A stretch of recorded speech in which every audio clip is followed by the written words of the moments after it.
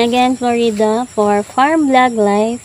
I'm here in Basay. Hello, good morning everyone. So, nagpaabot pa ta sa mga farm workers. So, amo na ito ang vlog life. Mga ka-farmers, grabe. Ganda ng view. Bali, iba naman yung may-ari na ito sa kabila. Sa kabilang side, iba yung may-ari ng ng tubo. Dito sa kabila. Tignan natin ha. Bali dito, malaki pa yung aabunuhan namin. Ito. Yan sila papunta dun sa unahan. Unahan pa din ng sa may saging. Yan, naabunuhan pa namin yan.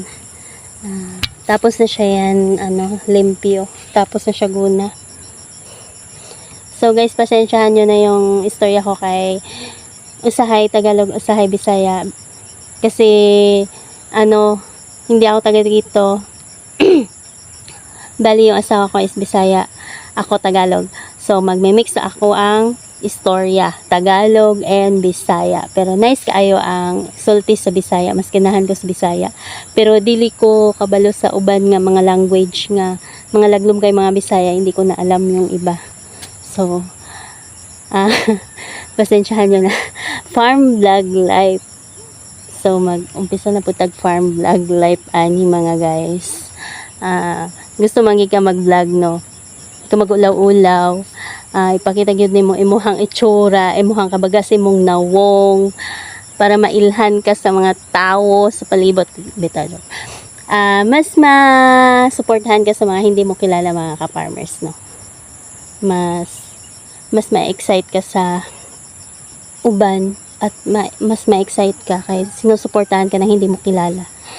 Hindi mo nga mga kilala yung mas mga nakakakilala sa iyo, hindi ka na sinusuportahan nila. Kasi iba sila, hindi nila gusto na ano mangyari sa buhay mo. Hindi nila gusto na makita na aangat ka na. Pero kita, farm vlog life ragyapon, farm worker ragyapon ta. Pero padayon na tagyapon sa atong gibuhat, no, sa Batagalaw. Padayon na punta, pero magampo kita kanunay mga ka-farmers, no, nga sa mga pagsulay sa kinabuhi.